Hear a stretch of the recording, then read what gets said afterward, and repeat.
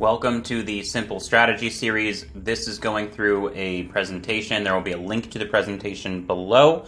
What this specific video is doing is going to give you a highlight of the 9 simple strategies, and we're going to cover potentially a 10th strategy. Then we're going to go into each detail. So it'll be a separate video for each of the 9 strategies, but this is sort of just a high-level overview. What is each thing? How do they fit together? Or it's a series of strategies that work together to ultimately increase your net worth effectively by increasing the quantity of tokens that you have using all the different strategies that exist, where you can be as aggressive as you can while being as safe as you can to counterbalance that and ultimately end up with a better multiplying ability. So let's just go straight into it. What is CiMPLE? CiMPLE is a set of strategies and calculations to multiply crypto assets like ETH, Wrapped BTC, Matic, Aave, and AVAX. More is coming soon. Through various forms of media, the CiMPLE DAO is popularizing these 9 simple strategies, kind of the point of this video, and providing tools to calculate exactly what the user needs to do given the current market conditions and the user's defined settings. So you'll go through, you'll set your settings, and then we complete the trades with just one click, right? So once you set up the settings, it does all the calculations for you, right? Everything that you want to do. And then when the market conditions are such that you agree with, just click the button and everything else is done. CiMPLE is built on top of Ethereum, that's the main net, right? Then Polygon is where you can save a lot on gas fees. We covered that in a different video. Aave is the banking solution. 1inch is a aggregator that finds us the absolute best exchange rate between token A and token B, right? And then InstantApp is the tool that allows us to do all of this. They built these smart accounts, and we are built on top of their smart accounts. We're doing things with their smart accounts based on the code they gave us to do the things with their smart accounts. So we're taking the strategies and applying it through the filter of how InstantApp allows us to do these strategies. And the last thing is Gelato. Gelato is not actually being used currently, other than within InstantApp. There are certain things that Gelato is being used for, but we include it because at some point we do want to make some of these things automated, so you don't even have to click that button. And in order to do that, there's a lot of things that need to be done so that it's done in a safe manner that you could feel protected. And we're not there yet, but when we are, Gelato is going to be the tool that we use to automate that in a safe manner that just works. So let's go into the first simple strategy, and there are multiple videos on this. There's a video specifically for the Epiphany series talking about what we learned in buying the dip versus what we learned from that spreadsheet. And then there's going to be a full video on what buying the dip is. This is just the summary, okay? So buying the dip is CiMPLE's web app allows users to multiply their tokens by borrowing stable coins and trading them for more tokens, right? So the price goes down, you take out a loan in stable coins, you swap those stable coins for, let's say, ETH, then you supply that ETH as collateral, now you have more ETH. You also have a debt, but you have more ETH. So you're buying the dip on that debt, and then as the price goes up, then you could sell to take a net gain in tokens. We'll go through that example down here in a little bit. So at any point in time, the user could 5x their tokens, and we explain that a little bit deeper in maximizing yield, so I'll explain it in the next slide as well. But you can 5x your tokens at any point in time, just trust that that's true. But it's risky, right? So if you're 5xing your ETH right now, and the price goes down $1, you could get liquidated, right? So you don't want to do that unless the price is really low, right? So instead, what we're doing is we're spreading out that buying range over a spectrum. So you buy as much as you can for the price that is, but if it drops, there's still available debt to buy more. That creates a situation where every single time you buy and sell off of the curve, you take a net gain in tokens. So let me just show you how that works. And this is just a really simple example, right? So you have 10 tokens for $1,000 each. That's a $10,000 in debt.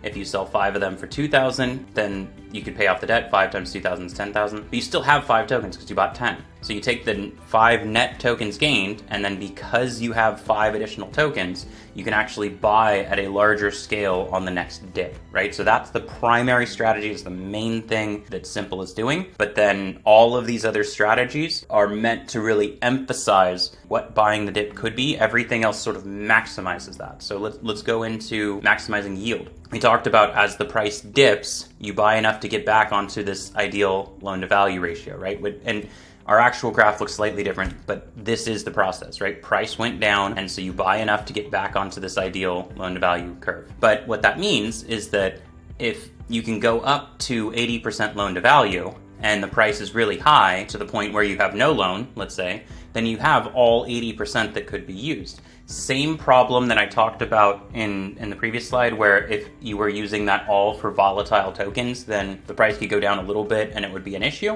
What we can do instead to maximize yield is to borrow and resupply stablecoins. So here's how this works. Even though the lending protocols like Aave charge users more to borrow than they pay the users to supply the tokens, they have a bonus token called Matic. So in other videos, we talk about proof of stake and there's mining rewards and all of that for Bitcoin and Ethereum. That's their distribution model. Ethereum also had a pre-mine kind of thing going on, but Polygon, their token's called Matic, and the way that they are distributing their token is for using their network. So if you use their network, Polygon, and you use Aave, they partnered with Aave, then they will give you their Matic tokens for using Aave on Polygon. And so those Matic tokens have value, and you could swap those tokens for more ETH, and it could become a multiplying effect. You could swap those tokens for more stable coins, which is effectively paying down the debt. So if you want to think of it like the price dipped down and you bought more, but because you're maximizing the yield, and again, we're going into more detail of what maximizing the yield is in a separate video dedicated solely to it. Just trust me that you're earning a positive yield from what I just described over here. And if you are selling these Matic tokens for stable coins, then effectively it's paying down the debt over time. So you went into debt here, and let's say the price is just flat and doesn't go up or down, but you're maximizing yield, you're slowly paying down the debt, and if the price was stable, eventually you've paid down the debt that it makes sense to buy even more, right? And so that could be done by paying down the debt, that could be done by swapping to more ETH. Right now that you've got more collateral on this side, it affects the relationship to the ideal loan to value ratio, right? So either way, it is a multiplying factor. This strategy, if you want to think of it, it's essentially passive income from your unused debt, right? So if the price is really low and you're using the debt to buy volatile tokens, you're not going to have a lot of availability to maximize yield, but that's okay because you used it to buy more tokens, and when the price goes up, you sell those tokens, take a net gain in those tokens, and because it's at the higher price, you now have a lot of room to maximize yield. So maximizing yield is something that you do in coordination with strategy number one, and it increases things quite a bit, right? So you could be potentially getting a net APY of double digits, over 10%. Even then, that's not considering the fact that it's compounding. That's for just that snapshot moment in time. If you are taking and resupplying and all of that, then when you see the net APY again, it is also based on that snapshot of time, not based on what your original balance is. So it's telling you what a simple interest rate would be, but it's actually compound, so it's actually quite a bit higher than that. It is a good multiplying factor. This on its own, especially like if you didn't even have a multiplying account, we'll talk about the next slide as the insurance account. If you just use this with stable coins, then right now the ROI from selling Matic is around 15%. I've had it at double that, but Matic was nearly double the price, right? So it's the same reward in Matic, but the value of that Matic was higher. Right now it's around 15% on stable coins, which is incredible. And that could change at any time, right? By the time you actually check, it could be lower, it could be higher. If you think about that, like where else can you get 15%? Right? Like it's pretty incredible. However, you're not going to get that full 15% if some of your debt is used to buy the dips, right? So in this account, it's a combination of you use the debt to buy the dips, but you still take the unused debt to maximize cash flow. And then in your insurance account, you don't have any volatile tokens. You only have stable coins, and because of that you can push it even further and get a higher APY on that than you would if it was including volatile tokens. So let's talk about what self-insurance is, because there's two different insurances. There's strategy number 3, the primary one of self-insurance. That's what most people should do at first, and then at some point we will be able to do strategy number 8 when there's enough funds available at the DAO to even offer that as a product. Right now there isn't. You'll see that later, but this is the primary insurance strategy of self-insurance. Self-insurance is you have your own assets, right? So the easiest way, if you want to think about it, you have your multiplying account and it's getting close to being needed to be bailed out. You have this other account, you click a button and it transfers funds from one account to the other account, and now you've just bailed out your account before it gets liquidated, right? It's self-insurance. You control it. You have 2 separate accounts. You move the funds from account A to account B. We just call account A in that example as the insurance account, because it is self-insurance for that situation where you need it. Now, because you can have self-insurance and we know that there's a dollar value there, we could then take the dollar value of your insurance, put it into the multiplying account as the part of the calculator to determine how much more aggressive you could be because you have these funds available to bail yourself out. So let's say, for example, that you put a liquidation price of $1,000 for ETH, and let's say that this account has 10 ETH in it.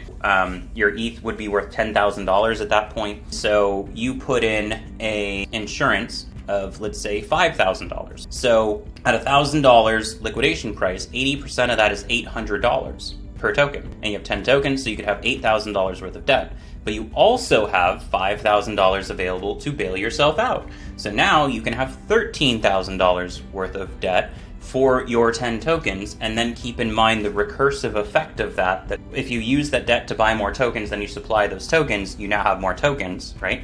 And so the calculator will automatically calculate that $5,000 in your insurance account is now being spread over more tokens, and so you have less insurance per token, right? And it's a calculator that is keeping in mind how much self-insurance do you have so that you can bail yourself out, right? And because it pushes it up, in that example of $1,000 liquidation price, pushing it up to an extra $500, right? $1,000 liquidation price, 80% is 800, then add 500 to that because of the self-insurance, right? Means that you now have $1,300 worth of debt per token. It's a big increase in the amount of debt you could have, big increase in the amount of multiplying ability. But when you get closer to that price point, around 1,300, you will need to move your self-insurance funds into the other account to bail it out. And that could be done in two ways. You could either move the stable coins in to pay down the debt, or you could buy tokens with those stable coins at that low price and then supply the collateral, or you could do a combination of both, and it's up to you to choose what you want to do. And so we'll have a longer video on the self-insurance strategy, but that is the core concept, is that you have a separate account that is tied to your multiplying account, and in that account has stable coins, and then the calculator for your multiplying account looks at how much stable coins you have net, right? Because you could be using the maximize yield strategy number 2 on this account and have nearly 5 times the stable coins, but only 1/5 of that in that example would be the net account value. So when it transfers from account A to account B, what it's first doing is reducing the yield on A so that it then could transfer to account B, right? Without causing a problem. So it's multiple steps behind the scenes that you don't really need to know about, but it's there to bail out your main account. So let's move on. This is our token, right? Our token is called CiMPLE. It is a buy one, get one free coupon. So this strategy is called HODL CiMPLE. HODL is hold on for dear life. And so why would you want to hold on to CiMPLE tokens? So CiMPLE tokens are just a buy one, get one free coupon. They have no redeeming value outside of CiMPLE. Only inside of CiMPLE is there any value that you can get from the CiMPLE token, okay? However, the way that it is set up is an exchange rate between ETH and CiMPLE. And that exchange rate changes every single day for 30 years. And so the reason why it is a changing exchange rate is because the DAO, in its infancy, needs to build up its collateral in order to have a treasury, in order to finance the development, in order to finance, somebody's got to pay the guys to do smart contracts. We've got all these things that we got to do. And so by making it a variable and exchange rate, it encourages people to hold those tokens and pay more fees now to get even more tokens, so that in the future, those tokens can cover larger transactions. And so ultimately, at the end of the day, your transaction fees are a much smaller percentage of the actual transaction volume that you're doing. So let me just explain that one real quick. Let's say that on day one, right, you buy 1 ETH, okay? The transaction fee is 0.3%. So if you bought 1 ETH, the transaction fee would be 0.003. Then let's say the price went up $300 and you say, let me sell that 1 ETH.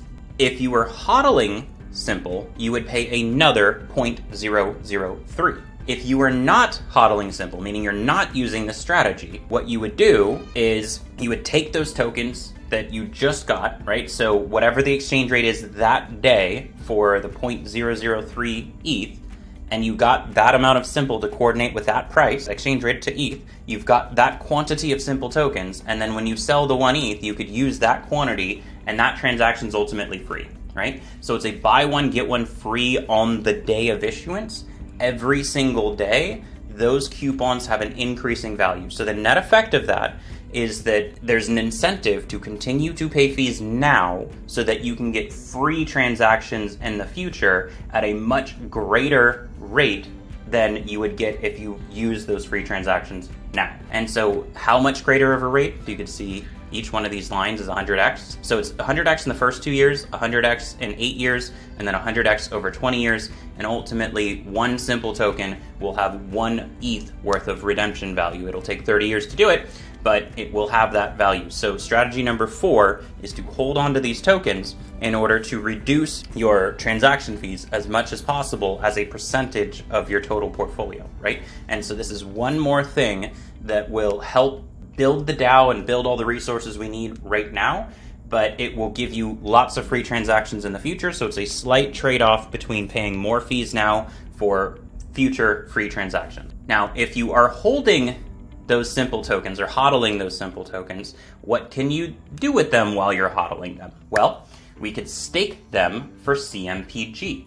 And in other videos and things that explain what Web 3 is versus Web 2, there's sort of this analogy that people use where they say, imagine if you were taking an Uber ride, and then after you gave the driver a rating, it said, here's your free Uber stock. And you got stock every single time you used Uber. Or you go to Starbucks and they give you your coffee and you get Starbucks stock, right? And so that's kind of like the example that people are using for Web3. There is one more step involved in doing it in CiMPLE, and that is staking. And the reason for that is that we take the governance token, which it's not quite shares, but it's fairly close. And so with that, you do have the responsibility, right? So if you were a governance token holder, then you have the responsibility to vote on the things that the project does. So there's tons of other videos and other content talking about what is the difference between a governance token and share. There are a lot of similarities, and you'll learn about that in those other videos. So one of the things that we're looking at with the CMPG token holders and why there's this extra step of staking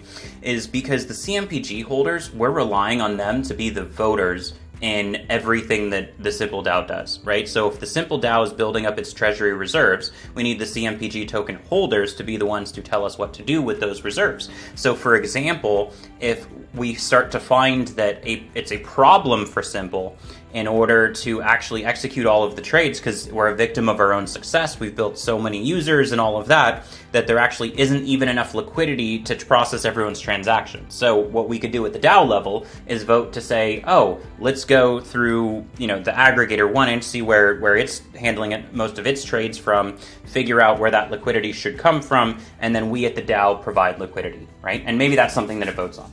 There's all sorts of other little things that it could vote on, right? Literally anything.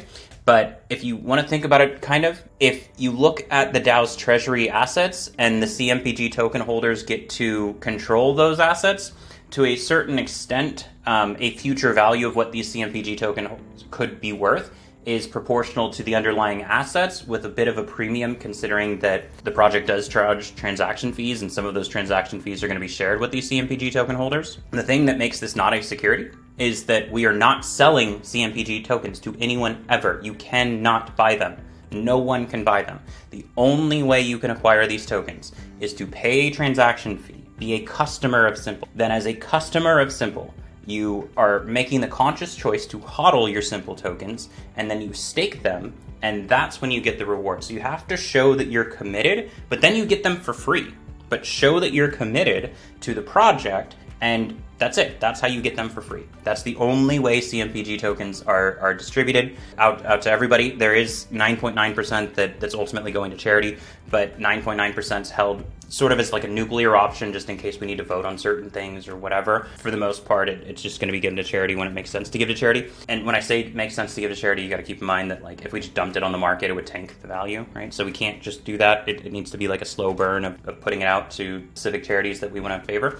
But other than that, all of the actual active CMPG will be done through the staking mechanism, where you stake your CiMPLE tokens, you get CMPG, and then as CMPG, we need you to vote and share in transaction fee revenue, right? And the way that you get it is by staking your CiMPLE tokens. Next strategy is swapping altcoins. Now, this one is a little bit harder to understand, and I actually kind of reserve and even talking about it is why it's not part of the Epiphany series or anything like that. I'll just walk through this example real quick. So let's say that ETH is currently at 3,000 and Aave is currently at 200. They're not at the time that I'm filming this video, but let's just pretend for a second. Let's say the entire market drops, which tends to happen. You could look at your own graphs to see correlated events, but the entire market tends to drop together, and some things drop more than others, right? So in that moment when it dropped, let's say ETH dropped to 2850, but Aave dropped to 160. Now for ETH, that's only a 5% drop, but for Aave, it's a 20% drop. So if you swap one ETH, you can get 17.8125 Aave at that moment in time. And then if both tokens go up, which you could look at charts yourself to look at correlated events, altcoins tend to be more volatile than ETH, right? So let's say Aave went down more than ETH and then it went up more than ETH, right? So that it just went right back to where it was, which is 3,000 for ETH and 200 for Aave. Then if you take those tokens that you're able to buy for 1 ETH when they dropped and swap it right back, you end up at 1.1875 ETH. So you have 18.75% more ETH than you started with just in that one trade by switching from ETH to Aave when they both dropped, and then from Aave back to ETH when they both went back up, right? So this is a bit harder for people to wrap their head around how to actually do the strategy. But what is interesting about this is that if you look at all of the exchanges, Coinbase, FTX, like all these things, like these exchanges, like that's the only thing they're really doing, right? Like, I mean, some of them have leverage and different things, but like, that's like the main thing is this. And we kind of, I'm not going to say put it on as an afterthought because like clearly there's value in it, but it's not the main thing, right? It's an extra thing that would allow you to multiply your tokens even more for the active users that are really paying attention and seeing where these kinds of opportunities exist. We're going to build tools to help you capitalize on it easier and better, right? This isn't the main focus in the beginning, so as CiMPLE is rolling itself out and becoming more usable, this is not going to be the first thing that's there, but it will be there eventually. Affiliate rewards. So we're giving 10% match on every issuance of CiMPLE tokens. So let's say you refer a friend, let's say they buy 1 ETH, let's use this example right here. They're gonna pay a transaction fee of 0.003. Now, if they used CiMPLE tokens to buy that ETH, they will get no additional CiMPLE tokens, right? It's a buy one, get one free. They're using the free. So in that case, ETH is being burned, but assuming they're buying 1 ETH and let's say they're using ETH to pay that fee, they pay their 0.003. They will get the amount of CiMPLE tokens, which remember in that previous slide, it's going up 100x in the first 2 years, 100x in 8 years, 100x in 20 years after that, right? So you have to take whatever day it is, the issuance redemption rate, and that's the quantity of CiMPLE tokens they will get. Then you add a 0 in here, right? So 10%, that's just how you do math. And you get 0.003 ETH, and that will be the basis of the exchange rate for you as the person who referred somebody else. And you will get that quantity of CiMPLE tokens, which you could then use for free transactions yourself, or you could stake for CMPG tokens, right? And so you could build an entire career off of just recruiting other people to use these CiMPLE strategies, and then you get those CiMPLE tokens, and then you could pledge it for CMPG and start to build up portfolio value of those CMPG tokens. And so that could be an entire career, just going around and getting people to use CiMPLE. And we want that, right? We want user A to bring in user B, but we also want user B to turn into a mega affiliate and bring in lots of people, right? So this was designed for that purpose, and it's fair, right? Anybody can do this. There's no restriction on who you are. So that's number 7. Number 8 is fee-based insurance, and I covered self-insurance a little bit. I mentioned if you have a $1,000 liquidation price, then you can have $800 worth of debt. If you had $5,000 in insurance with your 10 tokens, right, then you'd have $500 worth of insurance per token, which means that you can take that $800 worth of debt per token, add the $500 worth of self-insurance per token, and now you're at $1,300 worth of total debt per token that you could use when you were only at $800 before, right? So it's boosting up the amount of debt that you can take. Even with your self-insurance, let's say that you get to the point where you need to actually transfer the funds from account A to account B to bail itself out, you still have the same liquidation price, okay? So what happens if the price of ETH goes under 1,000? Well, we are setting it up so that you can pay a fee to cover that, right? So you can look at it as almost like an alternative, because instead of setting the liquidation price at 1,000, you could have set the liquidation price higher and just did fee-based insurance instead of doing self-insurance, right? There's a separate video that will go into the details of this a bit more, how this all works, but just as a high-level overview, your self-insurance is what you use to bail yourself out before you need to, but it's still based on a predefined liquidation price. And then fee-based insurance is if it goes underneath that liquidation price, you've got a safety net to cover you in the event that you actually get liquidated. Now, there is fees associated with that. There needs to be treasury assets in order to even offer the service, right? But all of that's being issued in the smart contract. It's all being planned. It's all being focused on. So one day, fee-based insurance will exist as a product to help you multiply even faster. And that brings us to number 9. That is the NFT boost. And NFT boost is a couple things, right? At the end of the day, if you are not using CiMPLE, then maybe you shouldn't consider these NFTs, right? Unless you're just speculative and you think that someone else is going to use CiMPLE and then they could use the benefit of the NFTs, then like that's on you. But if you're going to use CiMPLE, these NFTs are a great way to do it. And here's the reason why. Because if you go back to the CiMPLE exchange rate, that rate changes every single day. If you buy an NFT, then the quantity of ETH that you pay for that NFT is the amount of CiMPLE you get on day 1, right? So if you're buying the Wolf NFT, it is 0.25 ETH, so you would get 0.25 ETH worth of CiMPLE, right? And it would be all on day 1 at the moment that you buy it. Then 365 days later, you will get per second the streaming equivalent of 0.25 ETH per year. However, it'll be based on the issuance rate at that second, right? Because the issuance rate changes over time, right? So it actually means a decrease in quantity of CiMPLE tokens, but each CiMPLE token is at a higher redemption rate. So it's equal in redemption rate consistently as it's being streamed out, but it represents less CiMPLE to hit that same free value in transactions, right? So the same thing is true with the Bull, and really the difference comes down to a couple things. So the Wolf is 0.25 ETH, the Bull is 2.5 ETH, and the Lion is 25 ETH. The discount, and there's two ways to think about it, and we might change the interface. We don't want to make the interface too complicated, so the way we framed it is a discount, but the way it's programmed on the smart contract is actually a boost. On the interface, we might be able to switch between the two, but here's how that works. So let's say that you were going to buy 1 ETH, and you were going to pay 0.003 ETH.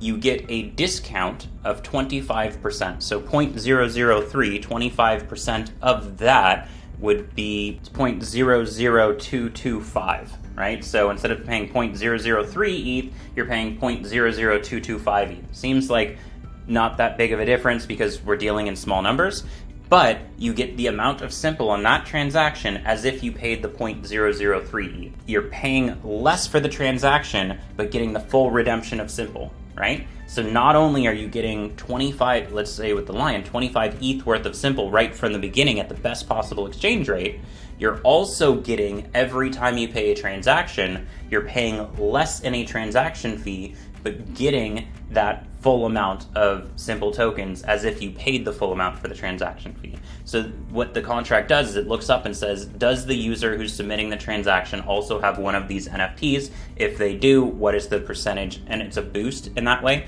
right? Because if you're actually paying 0.00225 ETH, then it's giving you a boost of that 25% and giving you CiMPLE as if you paid the 0.003.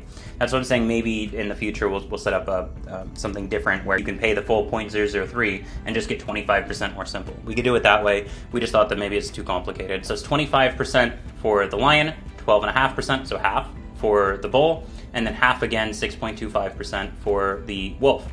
And so each one also corresponds with how much CiMPLE is streamed in each year and streamed per second. First edition, we have 555 total in circulating supply. There will be 10,000 total, but just to get things going at launch, and the plan is we're hoping to sell out all of them, build a little bit of a demand, and then do another edition that's perhaps a larger set. but at least there's like advanced notice that everybody has to it, that, you know, once it sells out, there's users, like it's just further down the line, right, to sort of build that momentum. And so, like I said, the first initial sale, you get all of the CiMPLE tokens at the best possible exchange rate, which is the moment that you buy it, right?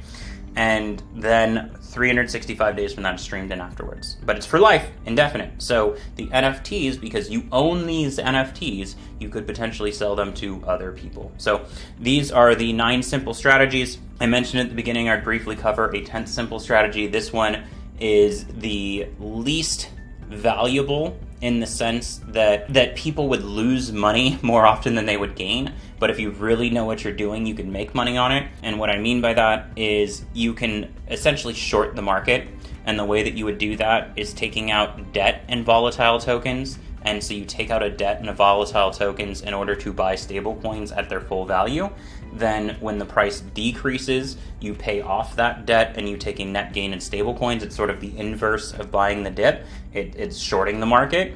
Shorting the market is the hardest thing for people to mentally wrap their head around, and it is the least valuable part of any of these strategies that we've talked about. So we're still not sure if we're going to even introduce it as a 10th strategy. But for people who sort of maxed out all of these strategies and they're looking for something more, when we hit demand for that, then we'll probably put that as the 10th strategy, something for people to sort of master, right? There's 3 things that people really want in life, and it's autonomy, mastery, and purpose, at least from a work-life balance kind of thing. If you get to the point where you're starting to master all of these 9 strategies and you're like, okay, what else is next?